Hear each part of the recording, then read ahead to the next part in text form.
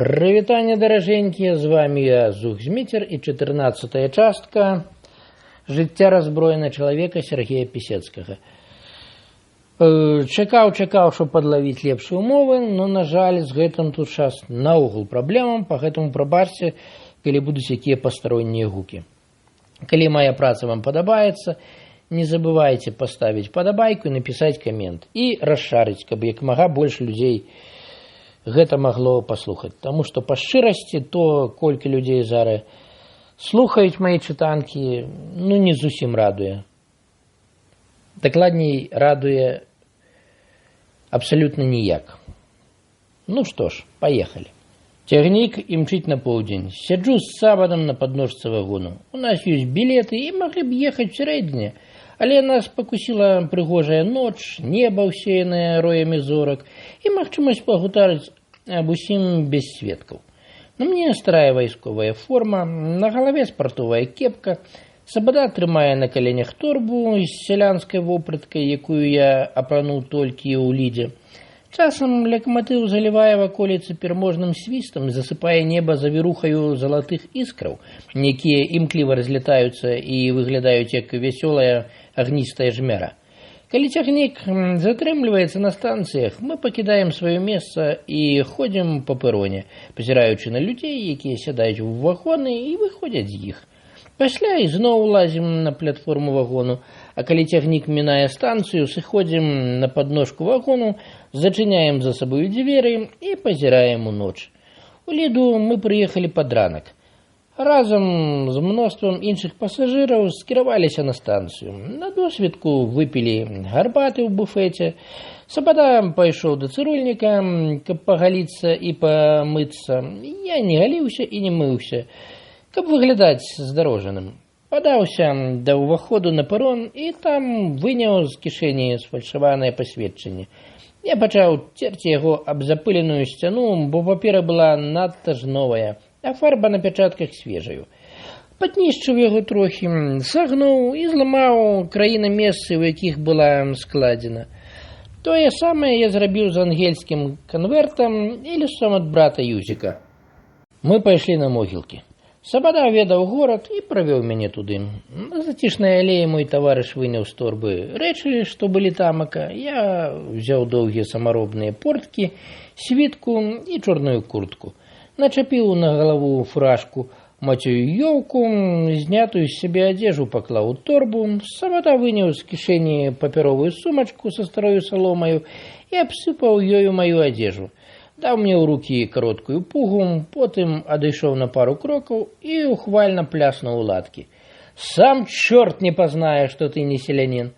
Я зачасаў валасы крыху на лоб і на правы бок. Потым узяў з магілы жменю зямелькі і размазаў яе ў далонях, каб запэцкаць рукі і пазногці. Мы выйшлі з могілак да шашы. Дзень быў базарны, дарогаю ў мястэчка цягнуліся вазы. Сяляне ехалі на кірмаш, не раз з вельмі адлеглых мясцовасцяў. Мы пайшлі ў бок цэнтру. Па дарозе зайшлі на снеданне ў нейкую кепскую гарбатню. На кірмаш пашлі толькі гадзіне 10. Там мы падзяліліся. Сабада меўся, як і раней, назіраць за мною. Я ж павінен быў дзейнічаць цяпер на ўласны розум. Хутка заўважыў шыльду абмену грошай. Увайшоў у сярэдзіну, інтэр'ер быў бедны. За стойкаю стаяў сівы жыд з доўгаю барадою. На яго галаве была ярмолка. Ён абвёў мяне незычлівым позіркам. «Ну, што ты хочаш?» – зваўся ён па-беларуску. «Можа, купіш чэк?» – таксама па-беларуску спытаў я. «Які чэк?» «Ангельскі, на фунты. Пакажы». Робячы ўсё паволі, апатычна, паставіў пры прылаўку пугу, паклаў на падлогу торбу, а пасля выняў з бакавой кішэні курткі вялікую чырвоную жаночую хустку. Няспешна развязаў яе і выняў канверт. З канверта я дастаў чэк і падаў жыду. Апроч ліста ў чэку ў мяне было закручанае ў хустку пасведчанне асобы і некалькі тысяч марак. Джыд агледзеў чэк, пасля узняў бланк на святло і уважліва яго агледзеў. Пасмокаў губамі і вярнуў мне чэк, кажучы: «Гэты чэк я не выкуплю». Чаму? Спытаў я вяла, хаваючы трывогу. Бо не куплю, паўтарыў жыд. Не, дык не, сказаў я нібыта абыякава. Паволі ўклаў усё назад у хустку, схаваў яе ў бакавую кішэню, взяў торбу з пугай і выйшаў з канторы. Што гэта можа быць? Што ён там угледзеў падазронага? Нейкі час я назіраў за дзвярыма канторы. Ці ніхто не пойдзе па паліцыю, ці не будуць за мною сачыць. Пасля падаўся на рынак. Сабада ішоў здалля. За пэўны час ён наблізіўся да мяне, як з чэкам. Жыд агледзеў яго і сказаў, што не купіць. Чаму? Не ведаю. Што будзеш рабіць цяпер? Паспрабую з пасярэднікамі. Доўга хадзіў па рынку, аглядаючы натоўп, шукаў адпаведных людзей, пасярэднікаў, якія звычайна на кірмашы шукаюць прадаўцоў і купцоў на розныя тавары, пераважна збожжа. Я меркаваў, што магу завабіць іх лёгкім заробкам. Заўважыў каля вялікай бакалейнай крамы купцоў, жыдоў, якія жвава дыскутавалі. З іх выгляду і паводзін зрабіў выснову, што гэта тыя людзі, якія патрэбны. Падышоў да іх і сказаў па-беларуску: «Скажыце, дзе можна прадаць загранічныя грошы?» «Якія грошы?» – зацікавіліся адразу ўсе. «Фунты. Пакажы». «Што я маю паказаць, калі вы не купіце? У вас няма гэтулькі грошай». «Вось дурны Юрка, як мы не купім, дык хто?» «Сам ты дурны, зараз пакажу». Я з удаванай неахвотай затрымаўся і паўтарыў паволі ўсю працэдуру з хусткаю, канвертам і чэкам.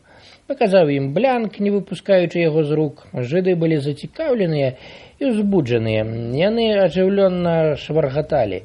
Адзін з іх з малою рудою бародкаю звярнуўся да мяне. «Мы маем купца на гэты чэк. Ён яму патрэбны. Больш ніхто яго не купіць. Хадзем з намі. Тут блізка».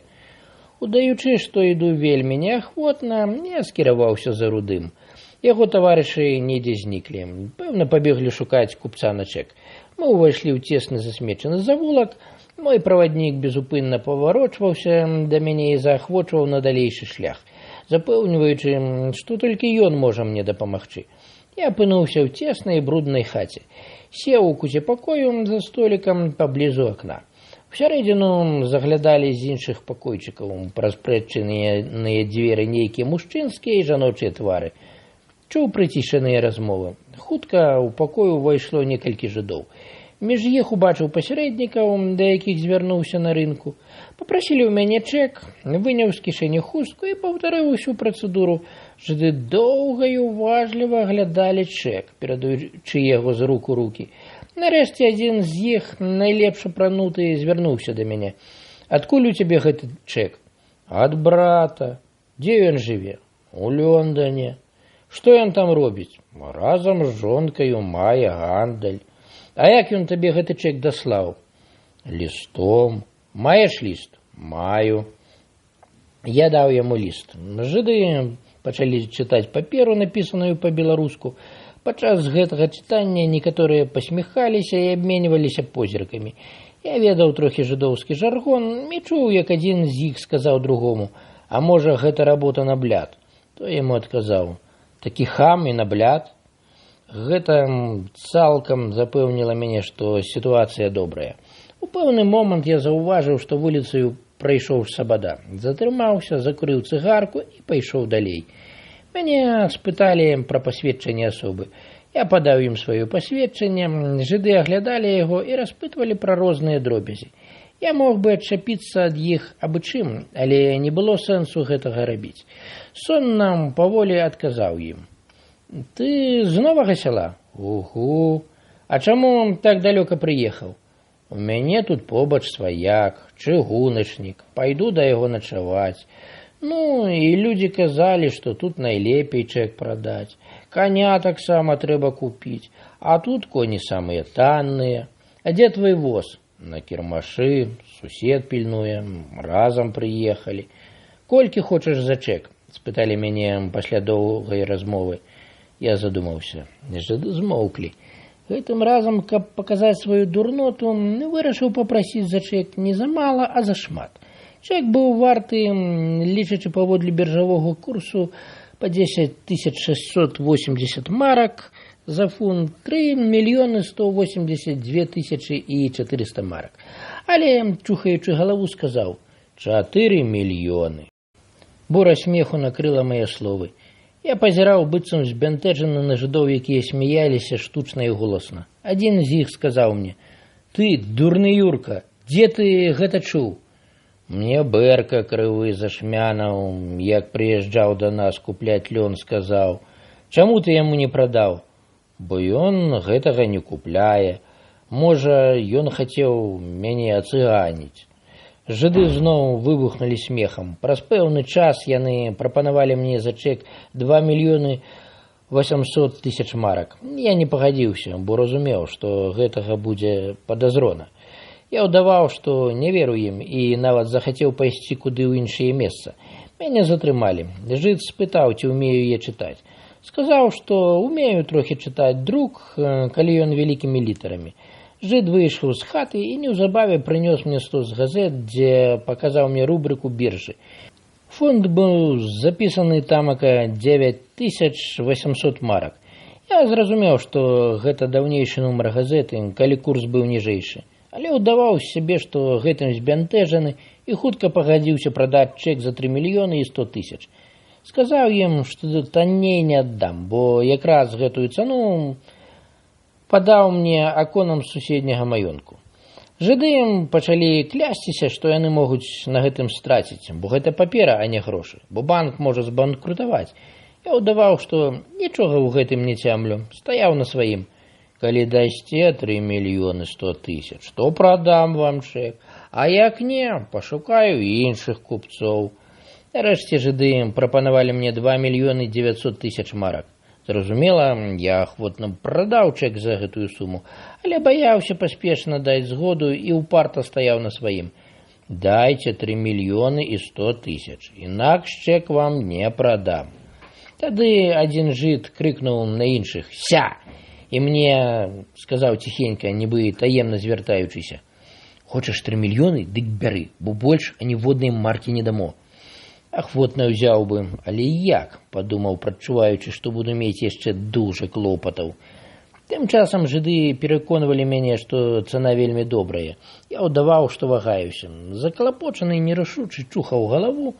У гэты час адзін жыд сказаў: мы дамо табе зараз 1 мільён, а рэшту пакладзём пад заруку ў рабіна. Калі прыедзеш сюды за тыдзень, дык забярэш усе грошы. Не, сказаў я, на такое я не пагаджуся. Можаце даць мне сёння толькі 200 000, але рэшту грошай пакладзём, калі хочаце, пад заруку не ў рабіна, а ў ксяндза. І ксёндз мне скажа, ці цана добрая. Я адразу заўважыў, што ўвесь недавер, калі ён яшчэ і быў знік. Апошнія мае словы пераканалі іх лепей у праўдзівасці маёй асобы і чэку, чым лісты дакументы. Яны пачалі толькі размаўляць між сабою. Я зразумеў, што чэк купляюць супольна некалькі жыдоў. Нарэшце я пагадзіўся прадаць чэк за 3 мільёны марак. У кампаніі 4 жыдоў я выйшаў на вуліцу. Яны правялі мяне ў іншы дом. Там я сеў за вялікім сталом у багата, але без густу абстаўленым сталовым пакоі. 2 жыды бавілі мяне размовамі. Я адказваў ім не вельмі дарэчна, па-сялянску складаючы сказы. Іншыя жыды недзе зніклі. Напэўна, збіралі патрэбную суму грошай. Старая жыдоўка прынесла на талерцы трохі сліваў і паставіла перада мною на стале. Ешце, сказала яна. Я адразу пачаў упіхваць у рот слівым, браў па некалькі за раз, лавіў на сабе іранічныя позіркі жыдоў, якія суправаджалі мяне. Я бачыў, як зіркалі яны між сабою, абменьваючыся думкамі. Гэта толькі неацёсаны хам. Я з'еўся слівай і абцёр рукі аб порткі. Чакаў амаль гадзіну. Нарэшце прыйшлі 3 жыды, прынеслі загорнутыя ў газету пакункі грошай, пачалі іх лічыць і складаць у стосы. Прыглядаючы за імі, я угледзеў у некаторых стосах 1000-маркавыя банкноты белага колеру. Я ведаў, што белыя банкноты трэба было абмяняць на чырвоныя да канца месяца. Да гэтага тэрміну было яшчэ шмат часу, і я мог гэта зрабіць сам. Але я хацеў падкрэсліць яшчэ раз сваю сялянскую недаверлівасць і тупасць. І я сказаў: Бачу, што купцы хочуць мяне ашукаць. Жыды запытальна зірнулі на мяне і спынілі пералік грошай. Ну, чаму? Белыя 1000 маркаўкі фальшывыя.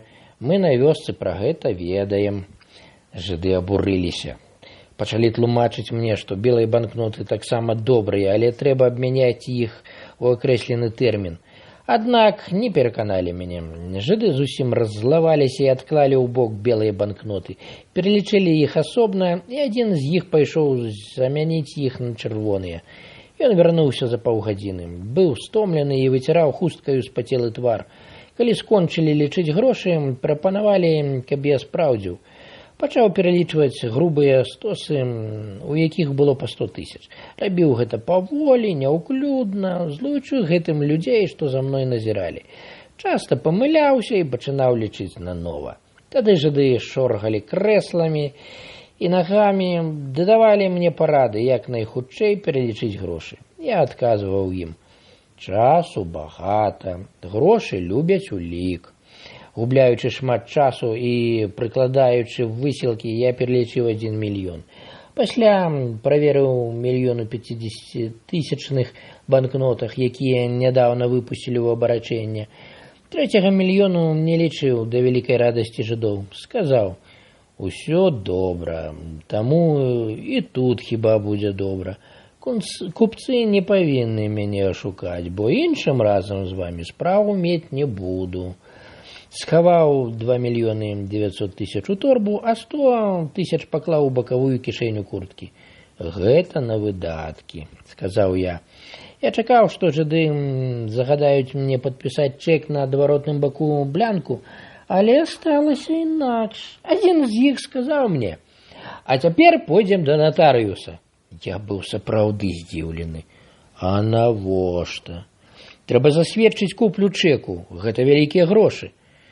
Давялося пагадзіцца на гэта. Мы зноў пайшлі ў горад. Торбу з грашыма і рэчамі я нёс пад пахаю. Увесь час думаў.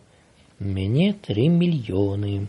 Мяне распірала радасць, якую я маскаваў вялымі рухамі і панурым выразам твару. На вуліцы я заўважыў, што за колькі крокаў ад нас ідзе сабада. Заўважыў мой позірк і хіснуў галавою. Пакуль усё было ў парадку. Я апынуўся ў вялікай зале павятовага суду. Збоку ўбачыў дзверы, па якіх быў надпіс «Натарыюс». Абапал іх стаяла некалькі наведнікаў. У зале адбывалася судовае паседжанне. Суддзя дапытваў сведкаў, якія, гаворачы нязграбна і плачучы, давалі паказанні. На лавах сядзела шмат гледачоў і было некалькі паліцыянтаў. Адзін з суправаджаючых мяне жыдоў знік за дзвярыма і доўга не вяртаўся. Я трымаў на каленях торбу з грашыма, няўважліва слухаў судовае паседжанне, і мне карцела даць адсюль драла. Я адчуваў, што якраз і павінен стаць перад судом замест асуджанага, галоднага, дрэнна апранутага селяніна. Мяне непакоіў блізкі візіт да натарыюса. Я разважаў над тым, ці калі б я падаўся з грашыма нібы ў прыбіральню. Суправаджаючыя мяне жыды таксама пайшлі за мною. Відавочна, пайшлі б. Калі б жа пакінуў торбу на лаве, дык, напэўна, жыды засталіся б у зале з грашыма. В гэтым выпадку мяне было б толькі 100 000 марак, з якімі я мог бы лёгка ўцячы. Але гэта мне было б невыгадна. Я хацеў мець усе, ці ўсе страціць. Судовы працэс працягваўся. Абдзёрты вясковы галётнік нешта казаў хрыплым голасам, і як зацкаваны паляўнічымі воўк скоса пазіраў на людзей. Мне было яго шкада. Я бачыў, што ў некалькіх месцах прасвечвалася ў яго праз падзертую вопратку бруднае цела.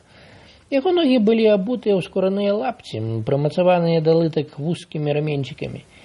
Я намагаўся зразумець, у чым яго абвінавачваюць, але не дачакаў да канца працэсу. Нас паклікалі. Канцылярыяй натарыуса была вялікая заля, у якой я ўбачыў некалькі чалавек. Сам натарыус сядзеў побач з выхадам за вялікім бюро, заваленым паперамі і кнігамі. Збоку стаяў жыд, які першы ўвайшоў у канцылярыю. Натарыус махнуў мне рукою. Я падышоў да бюро, узняў на мяне дапытлівы позірк. Вы прадаеце гэты чэк, паказаў мне блянк. Але прадаю. Адкуль яго маеце? Ад юзіка. Якога юзіка? Ну, таго, што ў Лондоне траму крымае. Брат мой, бо нас трох. Адзін гэта я. Можа, гэты чэк фальшывы, перапыніў мяне натарыюс. Я пашкарабаў па галаве. Можа, і фальшывы, я ў гэтым не разбіраюся. Я малапісьменны. Вы гэта найлепей самі ведаеце, бо вы вучоны. Натарыюс фыркнуў і пачаў упісваць у тоўстую кнігу акт куплі. За хвіліну ён узняў на мяне вочы. Пасведчанне асобы. Я падаў яму сваё пасведчанне. Ён прачытаў яго і спытаў: з якой вёскі? Вядома, з Новага Сяла. Адказвай на пытанне без ніякіх вядома, сказаў натарыюс. Я ж нічога такога. Воласць? Наша воласць. Натуральна ваша, не моя. Граўжыская. Павет? Адзін павет. Які? Ну, Ашмянскі. Імя? Юзік. Пытаю, твоё імя якое? А, я думаў, што брата. У мяне звычайнае, Міхась. Пасля праверкі асабовых звестак, падчас якой натарыус раздражняўся, а жыд хістаў галавою ў засмучэнні ад цемнаты селяніна, натарыус ізноў пачаў нешта ўпісваць у кнігу. Я чакаў доўгі час. У гэты момант з глыбіні пакою да мяне звярнуўся адзін з супрацоўнікаў натарыуса, мужчына гадоў каля 40. Вы з Новага Сяла? Ага. Ведаеце маёнтак Казенскіх? Я падумаў, што калі пра гэты маёнтак ён пытае, то ён павінен тамака быць. Адказаў яму пытаннем: чаму не ведаю? Як далёка ён ад вашай вёскі? Я не ведаў, што адказаць. Думаў сказаць пра вярсту з гакам, бо па-сялянску гак мае розную даўжыню. Пачаў: калі лугамі і цераз гаёк, але перарваўся і зрабіў тое, што робяць сяляне, не маючы хустак для носу. Высмаркаўся на падлогу. Натарыюс ускочыў з месца. Што за чалавек? А я, як бы здзіўлены яго абурэннем, пачаў заціраць па лінолеуме брудным падноскам бота доказ адсутнасці майго выхавання. Што ж тут такога? Сказаў я апатычна. Чыноўнікі сцішана смяяліся. Жыд быў вельмі абураны. Натарыюс скончыў хутчэй запіс акту, прачытаў мне тэкст, які сцвярджаў, што я прадаю чэк на 300 фунтаў стэрлінгаў за суму 3 мільёнаў марак некалькім жыхарам гораду Ліда. Зразумела, былі пералічаны прозвішчы і адрасы пакупнікоў ды мой. Пасля зачытвання акту натарыюс усунуў мне ў рукі асадку і загадаў яго падпісаць. Дзе? Спытаў. Тут, працягнуў пазногцем па старонцы кнігі, робячы на паперы выразны знак. Я магу толькі па-расейску, сказаў я. Пішы па-расейску. Асцярожна, трымаючы ў бруднай далоні асадку, прыклаў канец пера да паперы. Пазначыў кропку уступную да літары М і моцна націснуў. Сталь лопнула, пакідаючы на паперы брыдкую кляксу. Натарыюс гневна засоп. Купцы выказвалі сваё абурэнне і жэстамі рук і багатай мімікай. Чыноўнікі паціху смяяліся, я ж апраўдваўся. Цяпер благі тавар прадаюсь. Нядаўна купіў касу і таксама толькі трохі аб камень на лузе зачапіў і покнула. Пасля прывядзення кнігі ў парадак натарыюс даў мне іншую асадку з нашмат таўсцейшым пяром. Я паставіўся да гэтага з прызнаннем. Во, гэта я разумею, павінна вытрымаць. Пачаў паволі выводзіць па-расейску. Міхаіл, сын Івана. Не патрапіў пры гэтым напісаць слова роўна і з'ехаў уніз. Вышэй, каментаваў натарыюс, а я яшчэ ніжэй. Вышэй, кажу. Нарэшце скончыў. Усе ўздыхнулі. Жыд заплаціў за падрыхтоўку акту куплі, я ўзяў пугу, торбу і шапку. Пасля разам з жыдамі накіраваўся да выхаду. Па дарозе не абмінуў магчымасці спатыкнуцца аб выступ на лінолеуме і выйшаў, цалкам псуючы ў вачах людзей у зале рэпутацыю жыхароў беларускай вёскі. Мы выйшлі на вуліцу. Я хацеў падацца на кірмаш, але жыды мяне не пусцілі. Цяпер трэба падпісаць чэк. Я чакаў гэтага, але пачаў клясці іх, што яны не ведаюць самі, чаго хочуць. Без гэтага чэк недзейсны, сказаў адзін з іх. Мы ізноў пайшлі ў дом, у якім гадзіну таму лічылі грошы. Па дарозе я нідзе не заўважыў сабады. Гэта мяне занепакоіла, бо ён павінен быў знаходзіцца побач. Так мы рабілі заўсёды падчас продажу чэкаў. Падпісаў чэк. Тады мяне абступілі пасярэднікі, просячы на гарэлку за пасярэдніцтва. Я параіў ім звяртацца да купцоў, якія ў мяне набылі чэк. Купцы ж хацелі, каб я заплаціў палову выдаткаў на натарыуса. І на гэта я не пагадзіўся. Затое перад падпісаннем чэку я запатрабаваў, каб мне далі пасведчанне, якое пацвердзіла, за якую суму яны купілі чэк. Навошта табе гэта? Хачу паказаць дома, каб там ведалі, за колькі я прадаў чэк. Далі мне шматок паперы з напісанай на ім сумай і подпісам аднаго з купцоў. Калі я выйшаў на вуліцу, да мяне падышлі некалькі жыдоў, прапануючы купіць розныя рэчы. Мяне абкружалі таксама пасярэднікі, просячы заплаціць за пасярэдніцтва. Я ахвотна даў бы ім нават вельмі шмат, бо яны дапамаглі мне прадаць чэк. Але мне не выпадала гэтага рабіць, каб шчодрасць скупога звычайнага селяніна не ўзняла падазрэння. Нарэшце, праклінаючы ўсё на свеце, я даў ім 2000 марак. Я пайшоў на рынок, але куды падзеўся Сабада? Я прыглядаўся ў бакі і нідзе яго не мог угледзець. Апошні раз я бачыў свайго супольніка каля будынку суду. Не мог жа ён мяне згубіць. Чаму ён знік пазней? Гэта мяне непакоіла ўсё больш. Праходзячы шмат разоў праз кірмаш, я заўважыў, што за мной сочаць. Доўгі час віжавалі за мною два жыды. Можа, хочуць спраўдзіць, ці сапраўды я маю тут воз і каня? У адным месцы ўбачыў селяніна, які стаяў ля возу і, трымаючы ў руках кавалак цвёрдай скуры на падэшвы, выпрабоўваў яе эластычнасць. Жыды, якія сачылі за мной, былі побач. Я звярнуўся да селяніна, што стаяў на другім канцу возу. Захарка, пільнуй яшчэ возу. Я зараз вярнуся.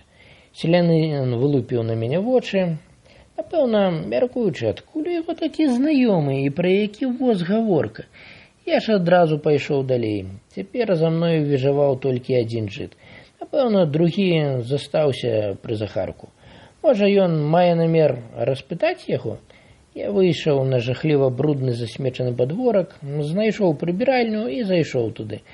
Праз шчыліны ў дзвярах я назіраў за падворкам і часткай вуліцы, але не ўгледзеў жыда, які ішоў за мною. Можа, ён не заўважыў, што я звярнуў гэтую браму і пайшоў далей. Пералез праз нізкі паркан на суседні падворак, адтуль праз дзірку ў плоце пералез на вузкі завулак і накіраваўся на ўскраек мястэчка. Я ведаў, што на цягніку Вільню я не паспеў, бо ён адыходзіў па 3 гадзіне, а цяпер была амаль 4. Акрамя таго, па таямнічым знікненні Сабады я баяўся ісці на вакзал. На адной вуліцы на ўскрайку мястэчка ўбачыў прадуктовую крамку.